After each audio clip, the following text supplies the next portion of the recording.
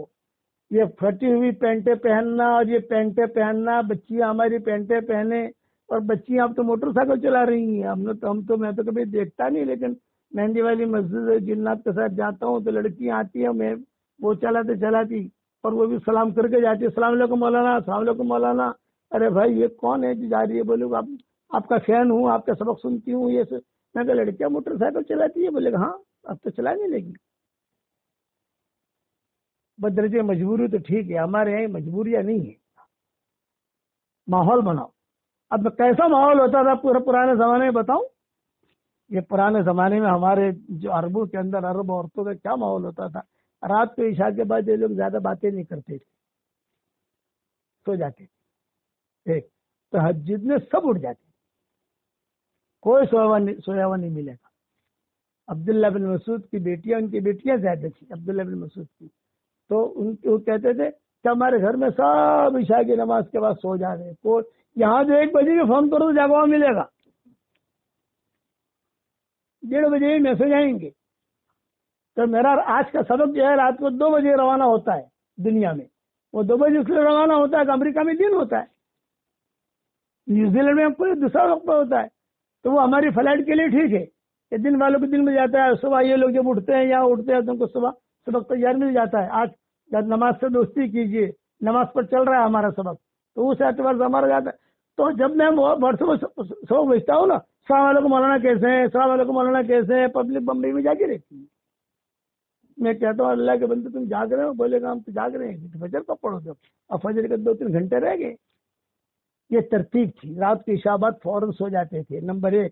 دوسرا کہ تہجد میں سب قرآن پڑھتے تھے. تیسرا سارے کے سارے نصیحت کو جملے ان کے گھروں میں لٹکے رہتے تھے. فوٹو نہیں ہوتے تھے گھروں میں. کیا لکھا رہتا تھا؟ نماز سے دوستی کر لو, سورہ فاتحہ سے دوستی کر لو, صبح کا تم نے دعائیں پڑھی نہیں پڑھی, پوچھتے تھے تم نے دعائیں پڑھی. یہ ماحول تھا. ہر گھر مدرسہ تھا. ہمارا گھر مدرسہ ہے نہیں. کرو گے انشاءاللہ بھائی. اور ایک ہدیہ دیتا ہوں آپ لوگوں کو, اس کو زندگی کا معمول بنا لو.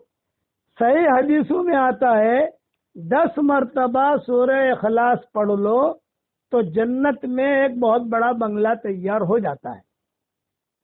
20 مرتبہ پڑھو 2 بنگلے تیار, 30 مرتبہ پڑھو 3 بنگلے تیار.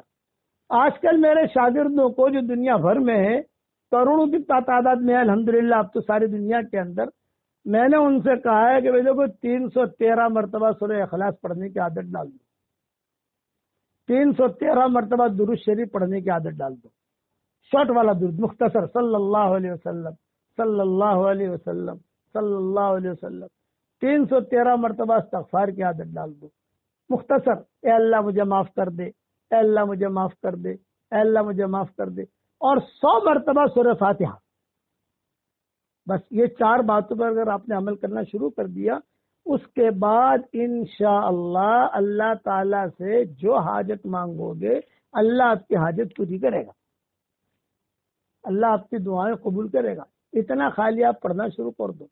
سورہ اخلاص 313 مرتبہ, یہ تو شارٹ نہیں کر سکتے. درود شریف مختصر کر سکتے ہیں, کئی صیغے ملتے ہیں, 313 مرتبہ. استغفار 313 مرتبہ, اور 100 مرتبہ سورہ فاتحہ. علامہ ابن تیمیہ رحمۃ اللہ علیہ بہت بڑے اللہ والے گزرے ہیں.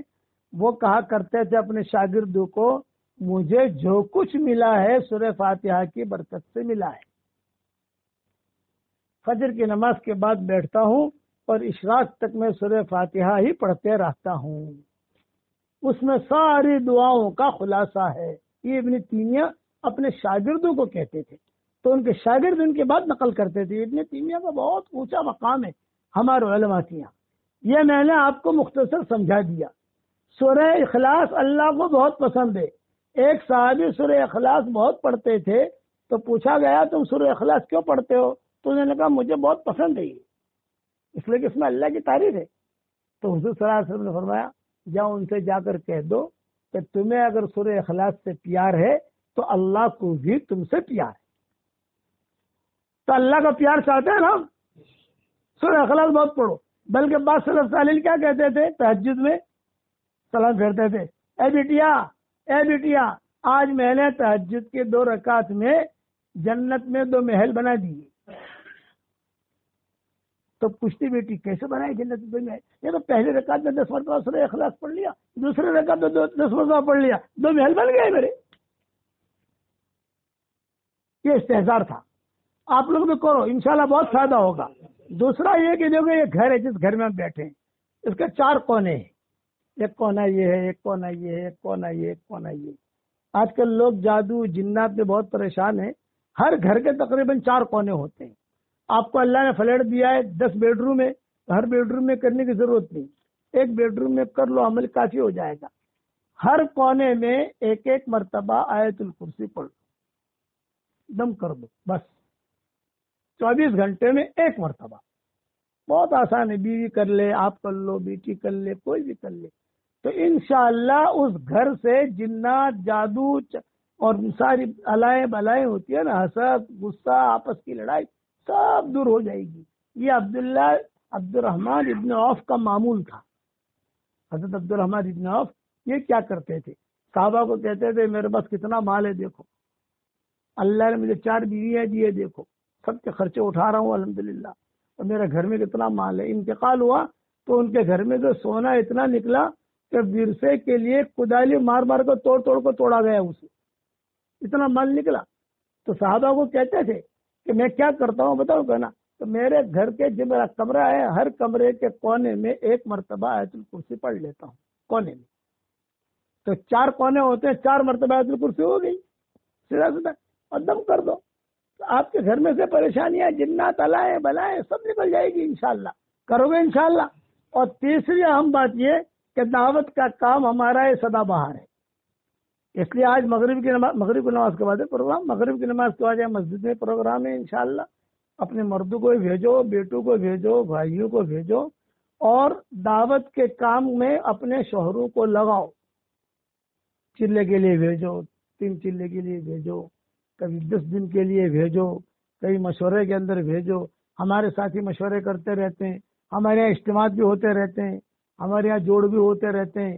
ہر جگہ جہاں جاؤ گے، ساری دنیا میں جہاں پر بھی میری آواز پہنچے گی، ہر جگہ ہماری جماعت الحمدللہ موجود ہے. چونکہ یہ بیان صرف آپ نہیں سن رہے، یہ بیان دنیا بھر میں جائے گا. آسٹریلیا میں لوگ سنیں گے، امریکہ میں سنیں گے، افریقہ میں سنیں گے، ہر جگہ ہمارے ساتھی موجود ہیں. دعوت کے کام کے ساتھ جڑ جاؤ. میں نصیحت کرتا ہوں 3 باتیں یاد رکھنا اگر اپنا ایمان بچانا ہے. 3 باتیں یاد رکھنا، ایمان بچانا ہے گزرے دور میں. 3 باتیں یاد رکھنا. نمبر 1، دعوت کا مبارک عمل جو ہے اس میں اپنے آپ کو جوڑ لو، جس اعتبار سے بھی جوڑ سکو. نمبر 2، خانقاہ سے جوڑ لو. کوئی اچھی خانقاہ ہے، کوئی اچھا پیر ہے، کوئی اچھے پیر ہیں، نقلی پیر نہیں، امیٹیشن پیر نہیں. آج کل مارکیٹ میں جو ہے نلا مال بہت ملتا ہے، یہ ذہن میں رکھنا. چائنا کا ہوتا نہیں ہے، چائنا کا کہہ کر بیچیں گے، اس لیے وہ بھی آپ کو دیکھنا پڑے گا کہ بھی نلا مال تو نہیں ہے. اچھے اچھے لوگ ہیں جو چھپے ہوئے ہیں، ان کی صحبت اختیار کرو، ان کے پاس جاؤ، علم حاصل کرو ان سے، ان کے پاس بیٹھو، صرف ان کی خدمت کرو. جا کے بیٹھ جاؤ، خالی بیٹھو گے آپ تو بھی ثواب ملے گا آپ کو. کوئی اچھا پیر ہو، تو اچھی خانقاہ ہو، وہاں جا کر جو ان کے ساتھ جو ترتیب ہو ان کی، جیسا مفتی احمد خان پوری ہمارے ہاں لوگ جاتے ہیں وہاں، جیسا سب جگہ پر خانقاہیں لگتی ہیں، جاؤ وہاں جا کر اپنی ایمان کی حفاظت ہو جائے گی. تیسرا، مکاتب قائم کرو. مکاتب، قرآن کے مکاتب گاؤں میں، دیہات میں مکتبے قائم کرو. تھوڑے پیسے نکالو، وہاں جاؤ، ترتیب بناؤ، اور خود ان کے گاؤں والوں کے ذمہ ڈالو. 5 بچے تمہارے ہیں، 5 بچے تمہارے ہیں. ایک مدرسہ بننے کہہ رہا، مکتب جس کا کوئی خرچہ نہیں ہوتا، خالی استاد کا خالی پگار کا خرچہ ہوگا، تمہارا کوئی خرچہ ہوگا نہیں، لیکن بچے محفوظ ہو جائیں گے، آنے والی نسل محفوظ ہو جائے گی. یہ 3 کام کرو گے انشاءاللہ. پلان بناؤ. ہمارے گاؤں کا ایک آدمی ہے، اس نے یہ بات سن لی الحمدللہ، تو اس نے دور جا کر مکاتب قائم کی الحمدللہ. بابا فیملی کا ہے، مجھے ملتا رہتا ہے. یہ کہ مولانا میرا چائنا کا بزنس ہے، اللہ نے بہت پیسہ دیا، لوگوں کو دیتا ہوں تو ٹھگ کے چلے جاتے ہیں. میں نے کہا تو مکاتب قائم کر. اس نے مکتب قائم کیا، الحمدللہ مکاتب چل رہے اس کے. میں تو اس کی نگرانی بھی کرنا، کوئی امیٹیشن مال نہیں آ جائے بیچ میں، کوئی نلہ مال نہیں آ جائے، برابر کام چلتا رہے اپنا. کرو گے انشاءاللہ بھائی.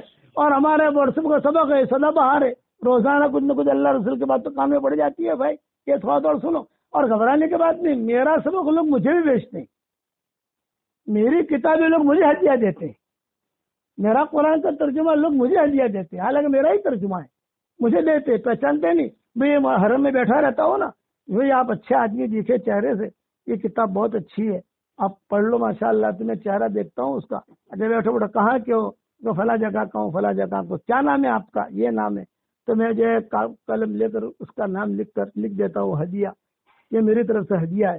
پھر آپ کون ہے؟ میں نے کہا آپ جاؤ، یہاں بھیڑ ہو رہی ہے، آپ میں لکھ دیا، آپ جاؤ. پھر وہ دوسرے دن بھاگا بھاگا آتا ہے، ارے آپ نے کتاب لکھی ہے، ہم تو ڈھونڈ رہے تھے آپ کو.